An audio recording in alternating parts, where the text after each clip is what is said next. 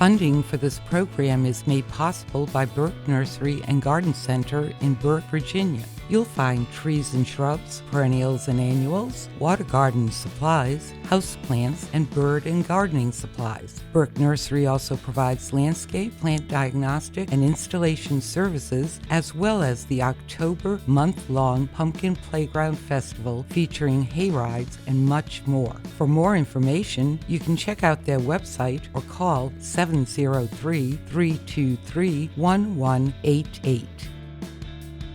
Welcome to Gardening with Burke Nursery, the show where we help you grow your garden and increase the curb appeal of your yard.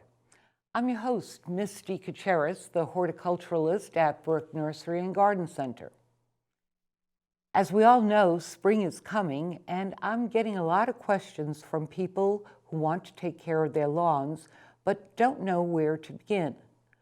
So today, I'd like to take time to answer the most common questions about fertilizers, weed control, crabgrass control, and some of the weeds you may see very shortly if you haven't already. Please join me today for what I like to call my lawn care primer for spring. So the first thing is to understand the type of grasses that we have here in Northern Virginia. And we actually have two types. One are what we call your cool season grasses, and the other are your warm season grasses.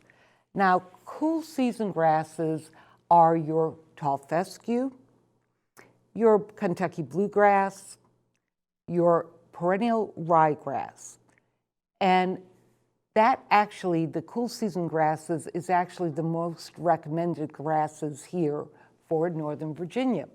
The reason that they're recommended is that being cool, they come to life in spring. And they're vibrant until the middle of summer. In the middle of summer, they go dormant for June, July, sometimes August, or sometimes they start going dormant in about the end of June, and then into towards the end of August. And then they refresh themselves again. They grow green again and lush again. And some people like to have just the tall fescue kinds of grasses. And what that means, it's the same kind of look. It's a very monotone look.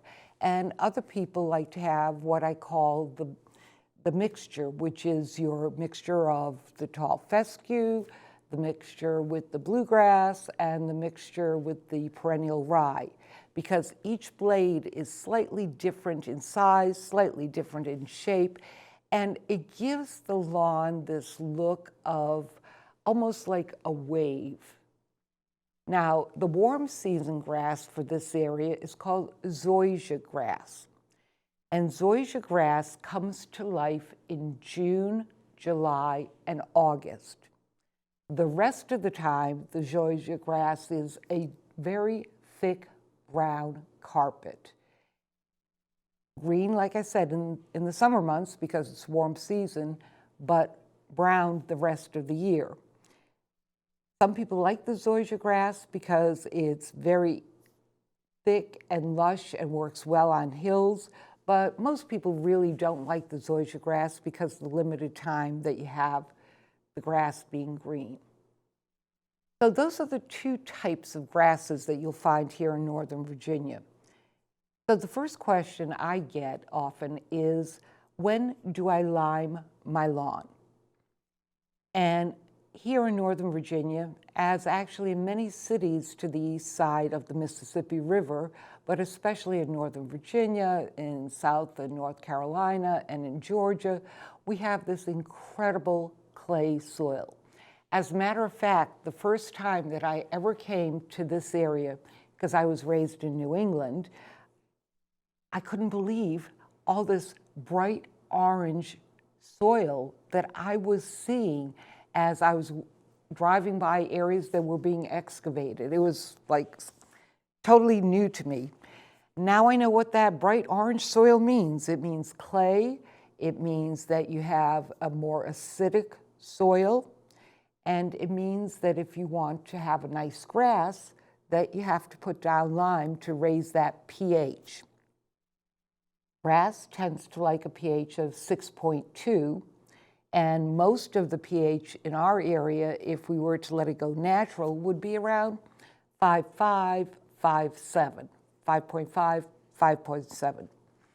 So even though fall is technically the best time to put down lime, you can put down lime at any time of the year that the ground's not frozen.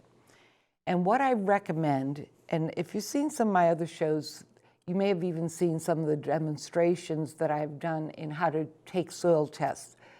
Well, we don't really have the time for that today, but I would recommend that every 3 years, that's 3 years, that you do a soil test.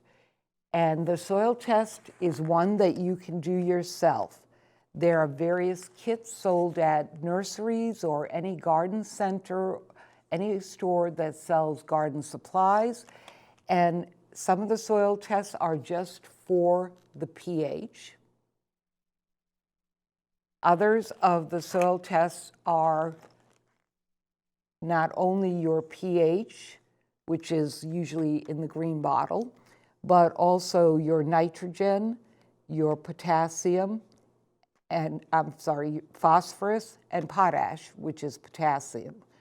And I will be talking about those 3 figures a little later in the show. But what you do is very simple, that you just take out the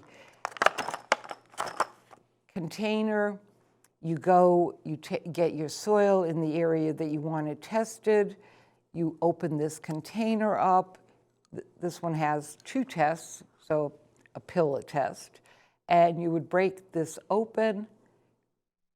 After you put the soil in here and put the water in here, break it open, put it in, jiggle it around for a little bit.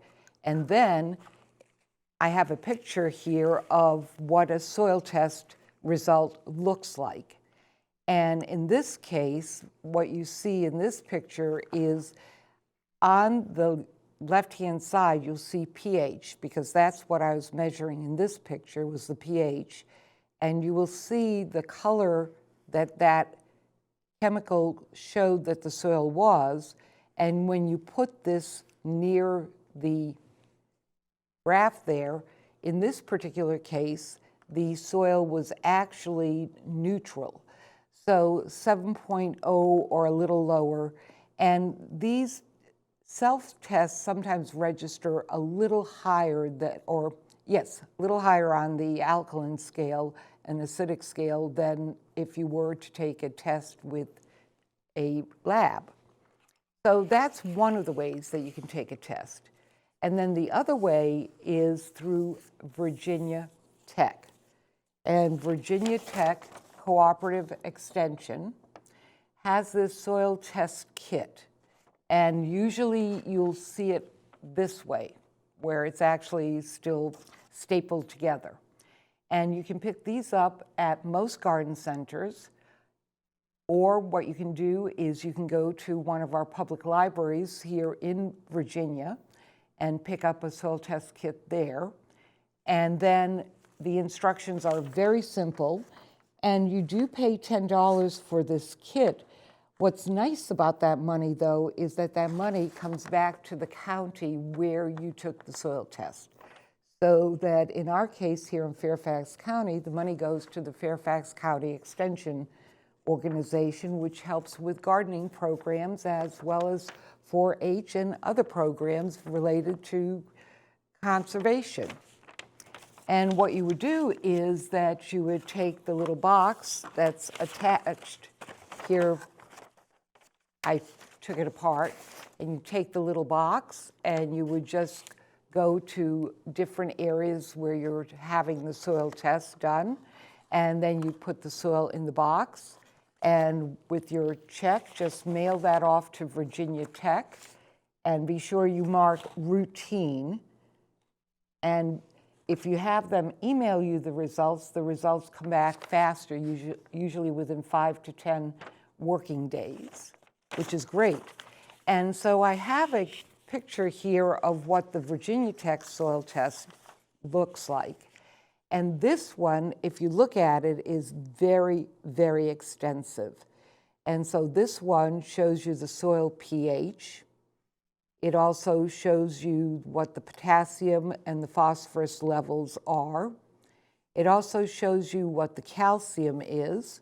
And what I like about this, the Virginia Tech will actually give you recommendations. And so they'll tell you how much lime to apply, and that helps take the guesswork out of it. Now, in the case of this test, the pH was 5.3, which is very, very acidic. I'm surprised anything could grow in that area. And in this case, because that pH needed to be elevated so much that the lime had to be applied slowly over a period of 1 to 6 months. So once you know how much lime to apply, then yes, even though fall is the best time, if you haven't done anything with your property, then it is all right to put down lime for the spring. So the next question that I get is about fertilizer. And this question is, please help me understand the different types of lawn fertilizer. So one of the things that you'll find on every fertilizer bag are these numbers. And the numbers, there's 3 of them. And on lawn fertilizer, you'll find 2 different types of numbers. So with this first one that I want to show you, it says 2705. And the first number is always the number of nitrogen that you need to have. And one of the reasons the 27 is very high for nitrogen, but this particular bag of fertilizer is for what I call established lawns. So you already have the grass there, you just want the grass to look better. And so what that means is that in order for the grass to green up, you want to have a high level of nitrogen. Then the next one is phosphorus. That's your middle number. And for an established lawn, the middle number is 0. And there's a lot of reasons. One is that we have a lot of phosphates already in our soil. And a lot of those phosphates can cause problems when it's coming with water runoff and problems with the Chesapeake Bay. So whenever we're fertilizing our established lawns, we want to go with something that's a 0 number phosphorus. And then the other number is potash, which is potassium. So you may see sometimes NPK, and so that's nitrogen, phosphorus, potassium, or potash. And because, think of this, this is something that I always, when I teach classes in this area, talk about. Nitrogen goes to the flowers, it goes to the leaves, it goes to the grass blades. That's up. Then phosphorus goes to the root structure, and that's under the ground. So that's down. And then the last one, potash, potassium, is the overall health.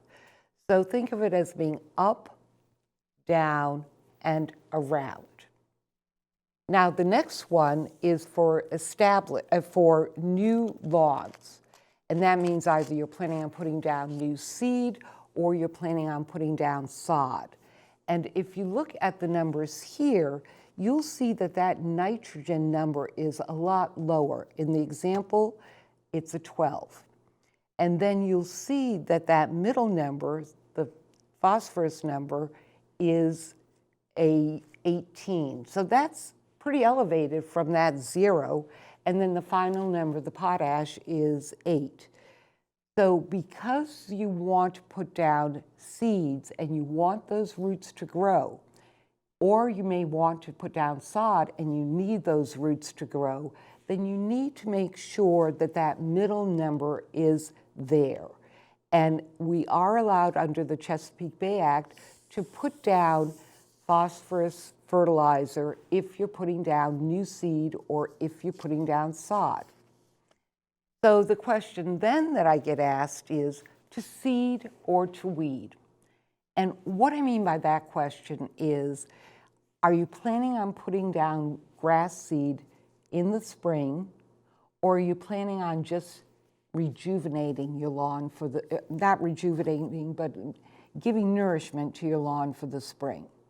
Because the best time to seed is actually fall, but sometimes you have bare spots, or sometimes with the weather that we've had, you may have erosion, or you may have compaction, so you may have no choice, but you have to put down seed this spring. And that's why it's important for me to know, so that that way you know what type of fertilizers that you want to get.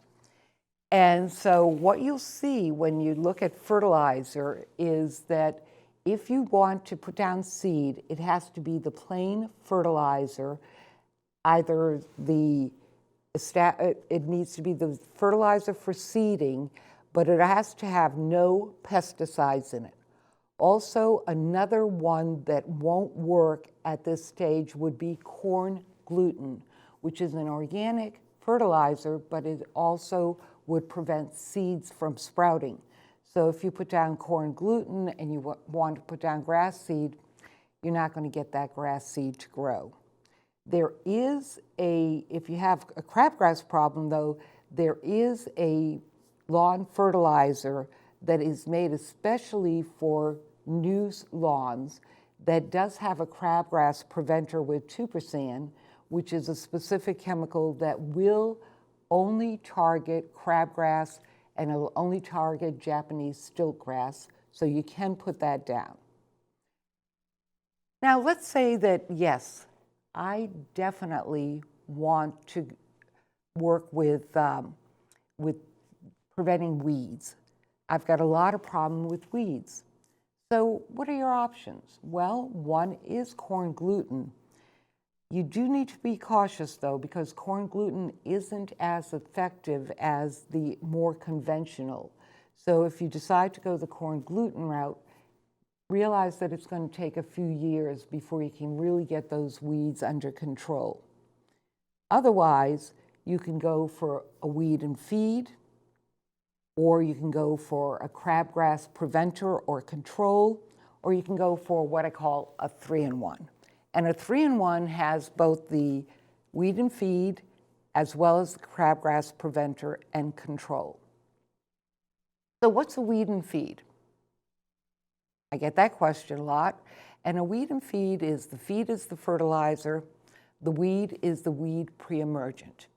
What that does, it prevents weeds from growing, or your real young weeds. It will sometimes get some of those real young broadleaf weeds. And so broadleaf weeds are the weeds that give you flowers.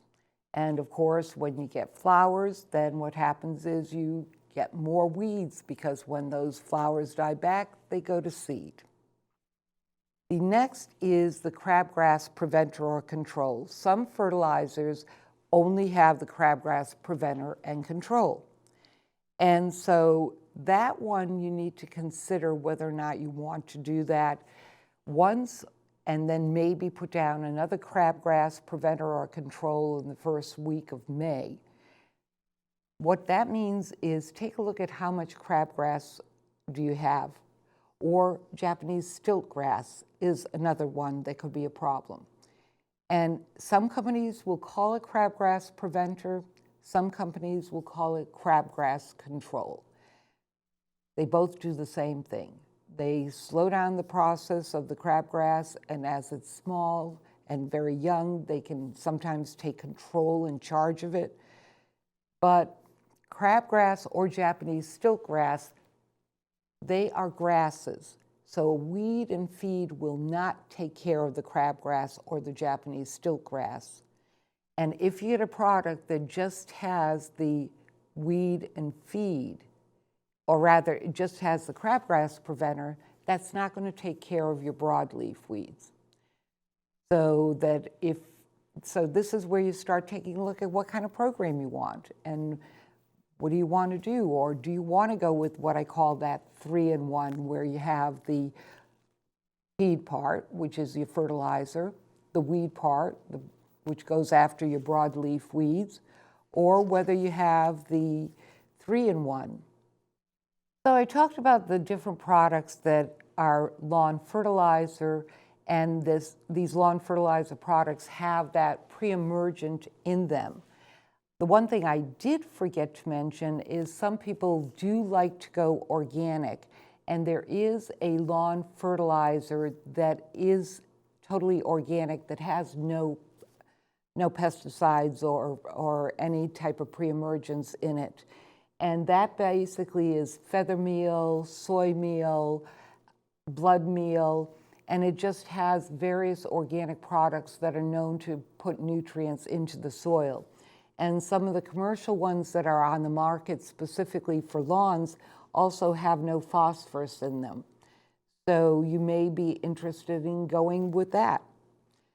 And then finally, you may decide, I don't want to put down any fertilizer for the spring. Or I want to put down the fertilizer separately. I don't want to put down the fertilizer with any kind of pesticide. But at the same time, I'm definitely having a broadleaf weed problem, or I'm definitely having a crabgrass problem. So you can also purchase separately the broadleaf weed preventer, or you can purchase separately the crabgrass preventer. Just remember that if you put down any broadleaf weed preventer or any crabgrass control or preventer, you will not be able to put down any grass seed for 2 to 4 months. So keep that in mind as you're planning your program. Another question that I'm getting is, I'm already seeing weeds. What can I do? Yes, in the months of February and March, we do have several weeds that love to come up in your yard as well as in your garden. And these weeds die back in April or May. And so these weeds are what we call winter weeds. And the reason they're called winter weeds is that they actually germinate during the months of December and January. And then as soon as the ground gets warm enough, they flower. And they go, hello, I'm here. And 3 of them that I'd like to talk about are, the first one is called henbit. Henbit also looks like another weed that comes up at the same time, purple dead nettle. Don't worry if you don't know which is which. They've got beautiful purple flowers. They look like a ground cover. They're in the mint family, so they have a square stem. But this is where you sometimes need to take a look and think about something, because we talk about also our natural setting. Well, henbit is actually a great pollinator for your bumblebees, for your honeybees, and even your digger bees. Of course, some people don't like digger bees because those are the bees that are found in the ground and they're solitary bees, and I suppose I could do a whole seminar on the different pollinators that we have. And so in honesty, there's an area on my property that I actually let the henbit grow, because I know that if it suddenly gets warm enough, what will happen is those little bees, or big bees, will start looking for food sources, and this is one of the earliest food sources for them. So that's something to think about when you're looking at nature. Now, the next one that I'd like to talk about is known as hairy bittercress. It was a tremendous problem last year because hairy bittercress is not only a winter weed, also a summer weed. And it has what we call a little rosette at the bottom, and then it has these spiky white flowers. And it's also very similar to another weed called shepherd's purse that also comes up this time of year. And the only way quickly that you can tell the difference is the kind of leaf. But that doesn't matter. What does matter is, being in the mustard family, it can throw its seeds. Once it stops flowering, it can throw its seeds 4 to 10 feet. So you may have it in one location of your garden or your lawn, and next thing you know, 4 or 5 feet away, you have more of it, and it really loves to shoot those seeds off. So that, keep an eye on this one. Now, finally, another one that's very common is what's known as common chickweed. And there's two types of chickweed. The common chickweed is your winter annual. There's also a mouse hares chickweed, or moose hares chickweed. I always forget which one it is. Moose hares ear. And that one's a perennial. And it's very low spreading. It's got a shallow root system, but it's very difficult to get rid of. It takes 3 years to get rid of 50% of the seeds, and it can take up to 18 years to get rid of all of the seeds. So the best thing to do is to put down a pre-emergent in September or October, because that's the best way to take care of these weeds. But here in spring, it's important for you to know about and understand that they are there waiting to show their glory in the spring months. So understanding fertilizers as well as what your lawn needs is your first step to when it comes to lawn care. And by following a simple plan this spring, you'll be able to start greening up your lawn with grass instead of weeds. So I'm your host, Misty Kuceris, and I'd like to thank you for spending your time with me here at Gardening with Burke Nursery. I'm looking forward to helping you grow your garden. Funding for this program is made possible by Burke Nursery and Garden Center in Burke, Virginia. You'll find trees and shrubs, perennials and annuals, water garden supplies, houseplants, and bird and gardening supplies. Burke Nursery also provides landscape, plant diagnostic, and installation services, as well as the October month-long Pumpkin Playground Festival featuring hay rides and much more. For more information, you can check out their website or call 703-323-1188.